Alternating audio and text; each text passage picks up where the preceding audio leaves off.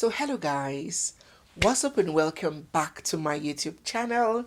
It's me, your girl barrister Neze, and this is Nezeville. 6 months. 6 whole months was what it took for the toxicology report of MOHBAD Ilerioluwa to come out. We will recall that preliminary investigations as well as witness accounts had revealed that MOHBAD had reacted to some injections that were administered to him by a nurse at home, and he had begun convulsing, foaming in the mouth, and he eventually passed. Due to the sensitivity of this case and the many theories spreading online, the authorities were not handling it with rubber gloves. They needed to be very thorough about everything because nobody wanted his office to seem like the one that was being compromised. Parts of MOHBAD's remains were sent to the United States for a comprehensive toxicology investigation. We were waiting anxiously on our toes, and it was taking longer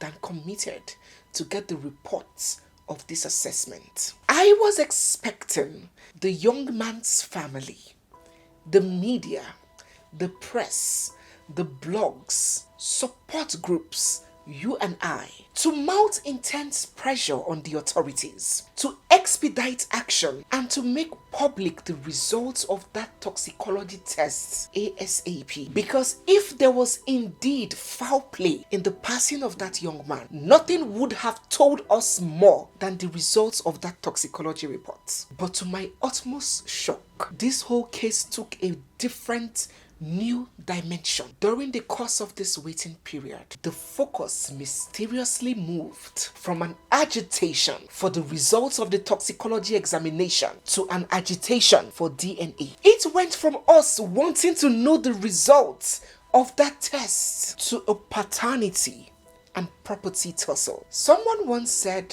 in my comments that Neze, even abroad, even if you watch crime documentaries, you will know that when a man dies, his wife is always the first suspect. And I said yes and no. A wife does not automatically become a suspect in a man's demise simply by virtue of her being a wife. She could become a suspect when in the course of investigation, the possibility of motive is uncovered.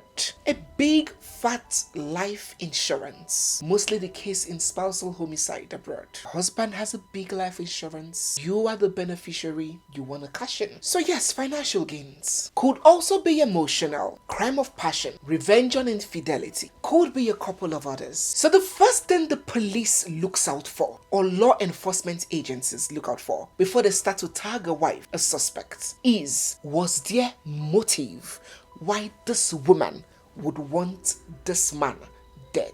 Well, except the person is a serial killer, a psychopath, right? So I tried to create scenarios.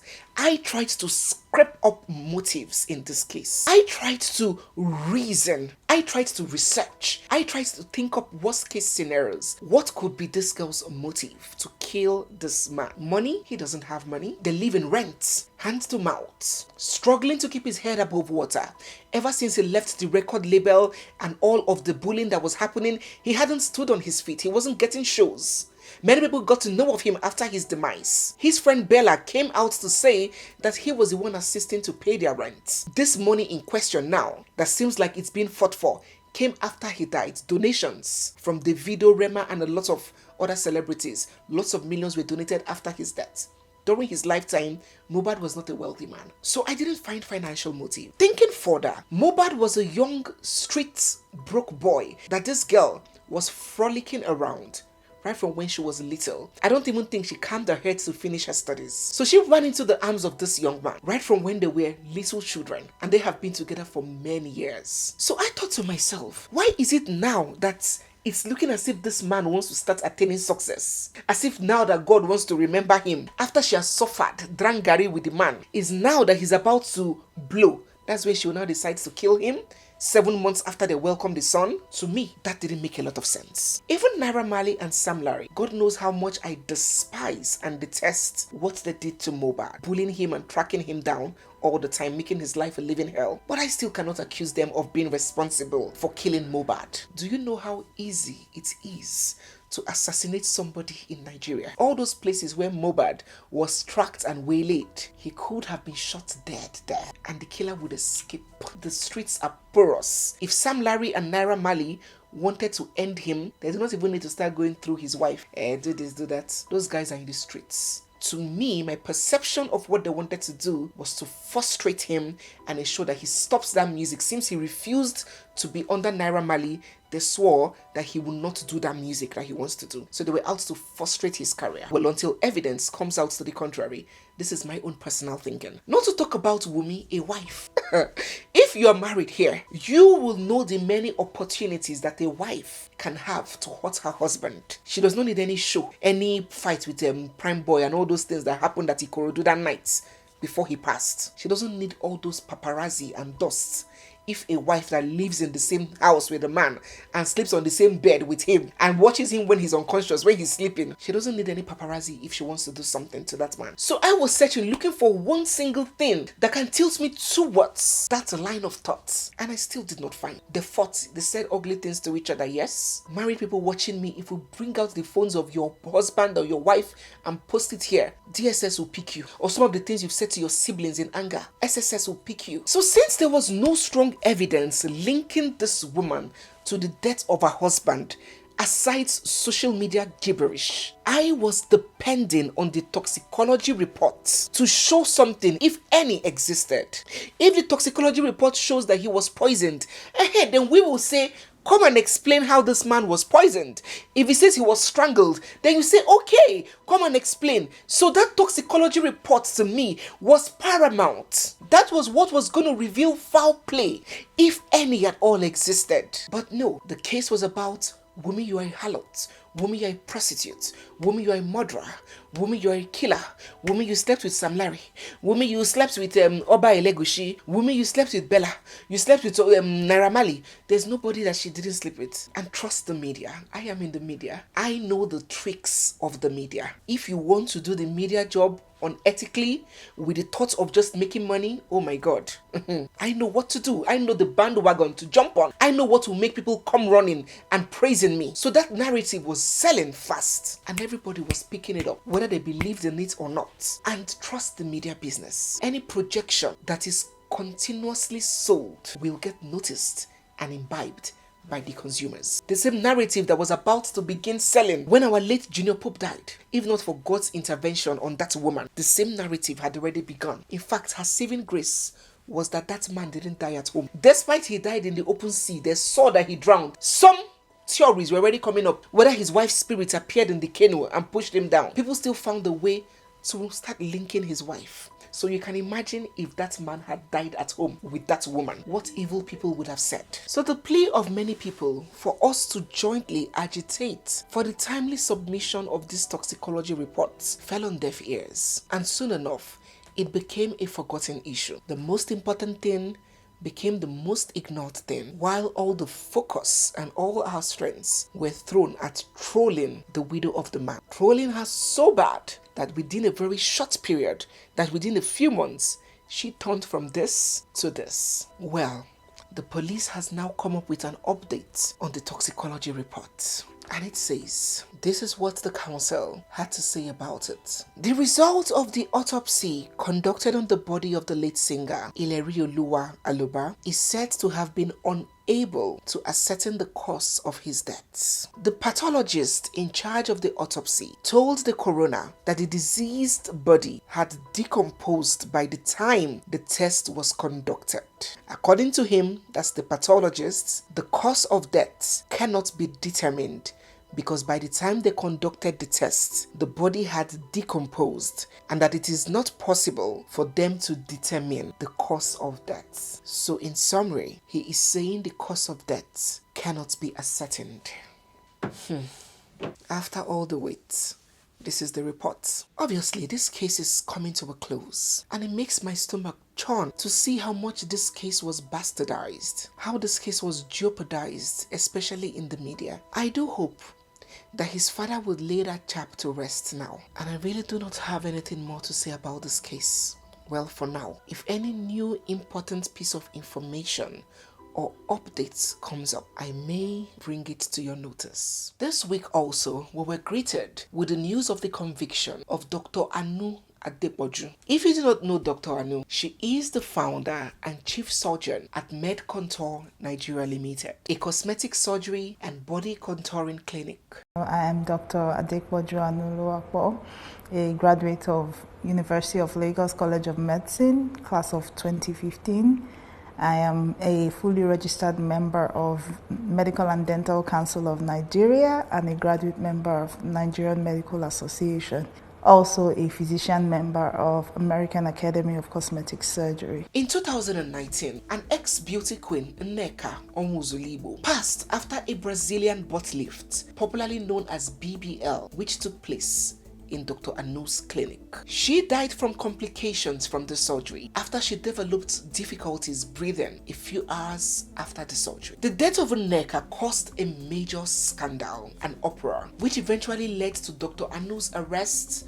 She was taken to the state CID and the Lagos state government sealed up her clinic. After that whole initial buzz faded off, it was rumored that she had moved her operations from Lagos to Abuja and she had continued with her surgeries. Last week, news got out that Dr. Anu had finally been convicted and a lot of people were rejoicing, saying, oh, finally, Nneka gets justice. Whew! There is a saying that if you want to hide something from a black man, put it inside a book. So many people do not like reading, but here I am, yours truly, to let you know and to bring all the news to you without you having to break your head to read anything. That report on Dr. Anu's conviction read, Anu, who is the founder of MedContour Services Limited, was convicted on Friday, May 17th on a 5-count charge bordering on a refusal to honor an invitation for an investigation into post-body surgery complications and failure to produce investigation documents. I'll break it down. This conviction has nothing to do with manslaughter or medical negligence or anything closely related to the death of this lady. This was just a conviction for her refusal to appear before a court.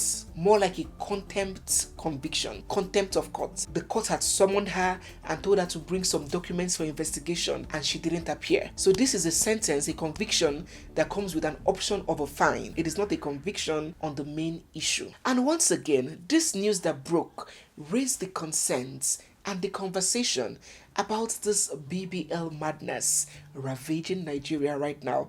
I do not know what it is like in other African countries. Do let us know the situation. Give us the situation reports in your country. Well, you know that Nigerians are very trendy people. There's a new challenge on social media.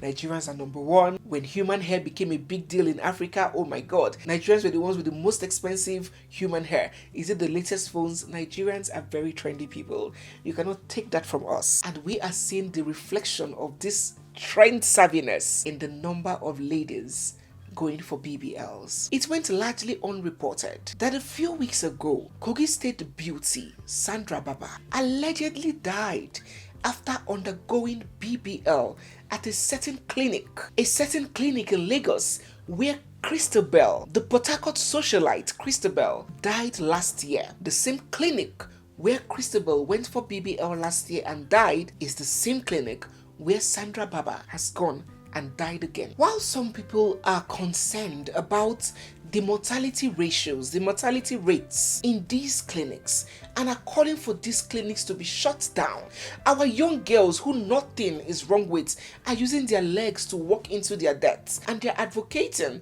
for these clinics to be shut down. Some other people think otherwise. They believe that these ladies are adults and they have made their choices. They argue that every surgery has its risk, and that if these clinics carried out all due diligence, are not guilty of any medical negligence, adhered to all clinical standards, and these girls eventually died, maybe due to unforeseen circumstances, that these clinics cannot be held responsible, and we cannot be constantly calling for Dr. Anu's neck and for her to shut down her business. And those that people go for cesarean sections and every other surgery, and some people do not make it out. Same also goes for plastic surgery, regardless of how good the surgeon is. And if there was an occurrence of death, doesn't automatically mean that the clinics should be shut down. So what do you think about these BBL casualties? Many of them are going unreported too. So many of our young ladies are losing their lives on the table in a pursuit to look more attractive. What do you believe is the cause for this hike for women to get cosmetic surgeries to increase their behinds in Nigeria? And how do you think this can be checked? Do you really believe that these clinics should be shut down, or is it your opinion that they should be open and that every adult has their own decision to make? Do drop your thoughts, your feelings, and your comments down in the comment section. So guys, yes, we have come to the end of today's video. If you're new here, you're seeing my face for the first time, or if you've been watching without subscribing, don't forget to hit the subscribe button, give this video a big thumbs up, drop all your comments, your feelings down in the comment section on the 2 stories that we have covered, and stay glued because we have so much more coming your way. Don't also forget that we have a personal channel, Nezemasterclass. Don't forget to visit there also and join the fam. It's me again, your girl barrister Neze, and this is Nezeville. I'll see you guys in my next one. For now, bye.